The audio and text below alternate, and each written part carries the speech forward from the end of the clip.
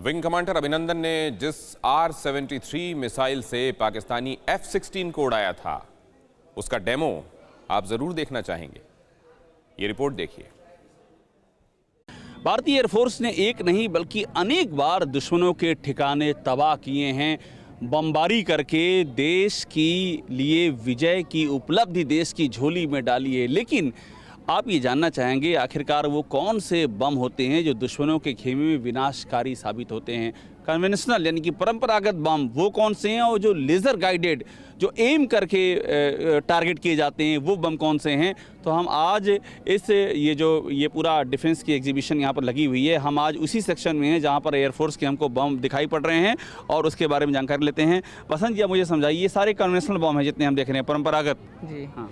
इस तरफ ये परंपरागत बम है सर। हाँ। ये 450 kg बम है। ये 450 kg बम है जी। तो इसके अंदर एमुनिशन कितना होता होगा? इसके अंदर हाफ 50% के आसपास आपका एक्सप्लोसिव होता है। एक्सप्लोसिव होता है जी। तो ये बम बड़े बड़े टारगेट को तबाह करने के लिए जी, जैसे आपका स्टेशन हो गया, पुल हो गया। अगर इस तरह का एक बम, ये वाला बम बता रहे हैं ना आप, आइए जरा यहाँ, ये देखिए, ये इतना भारी भरकम बम है ये।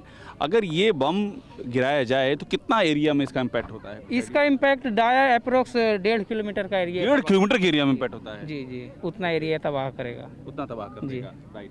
और इसमें सबसे, जितने हम दिख रहे हैं, सबसे डेडली बम कौन सा है इसमें? डेडली हाई प्रिसीजन टारगेट के लिए। हाई प्रिसीजन, किसी दुश्मन का कोई हाई वैल्यू टारगेट है, कोई मतलब प्रिसीजन बिल्डिंग को बॉम्ब करना है तो लेजर गाइडेड। वहीं चलते हैं हम लोग फिर। जी, कहाँ है वो लेजर गाइडेड? ये है, ये लेजर गाइडेड बम है। आगे का जो स्ट्रक्चर उसका रन समझाइएगा। गाइडेंस सिस्टम इसका पेवे किट बोलते हैं। जो इसमें लगा हुआ है।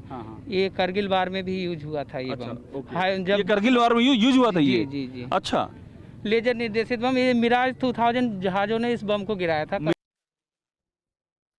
प्रधानमंत्री मोदी आयरन डोम को भी देश को समर्पित करेंगे। आपको बता दें कि आयरन डोम मल्टीपल टारगेट्स नाकाम करता है और इसकी तैनाती से दुश्मन के एक भी विमान, मिसाइल और ड्रोन सरहद के भीतर नहीं घुस पाते। एक तरह की ढाल का काम करता है।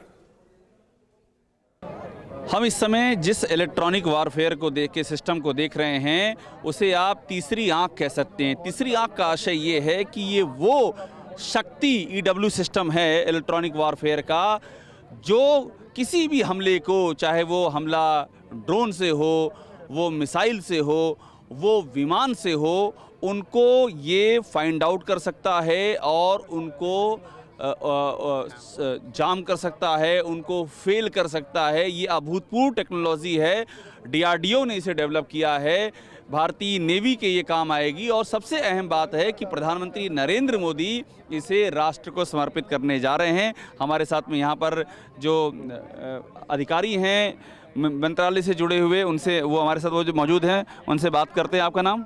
मेरा नाम सुब्रमण्यम, मैं DRDO से हूँ। आप मुझे बताइए, हम तो इसे तीसरी आंख कह रहे हैं, यानी कोई भी अटैक, हमला करना चाहे देश पर तो ये पहले से ही उसको जज कर लेगा। इसकी खासियत क्या है? ये इलेक्ट्रॉनिक वॉरफेयर सिस्टम है। ये मल्टीपल थ्रेट्स को एक साथ अटैक, कई सारे अगर टारगेट हों तो एक साथ उनको ये हैंडल कर लेगा। ये तो जैम करेगा या जो भी एक्शन लेना पड़ेगा उसको एक्शन ले सकते हैं।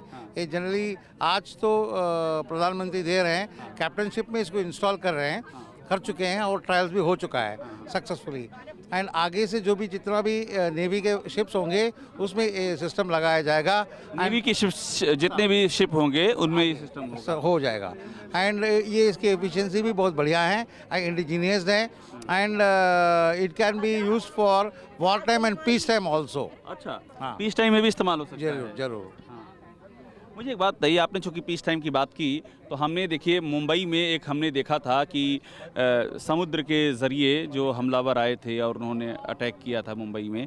तो इस तरह से पीस टाइम में जो थ्रेट्स होती हैं उनको आइडेंटिफाई किस तरह, इसमें ऐसा क्या है कि उनको आइडेंटिफाई कर, मान लीजिए कोई ड्रोन है, किसी ड्रोन के ज़रिए कोई टारगेट करना चाहे हमारे देश को, कैसे आइडेंटिफाई करेगा? ये इलेक्ट्रॉनिक सिग्नल वो जितना भी देगा उसको हम कलेक्ट कर सकते हैं, वरना मतलब आदमी को हम लोग पहचान नहीं पाएंगे। इलेक्ट्रॉनिकली जो भी सिस्टम है उसको हम लोग आइडेंटिफाई कर सकते हैं एंड उस फ्रेंड या फो उसको पहचान सकते हैं। और इसलिए राष्ट्र रक्षा समर्पण पर्व देश का गर्व का पर्व है।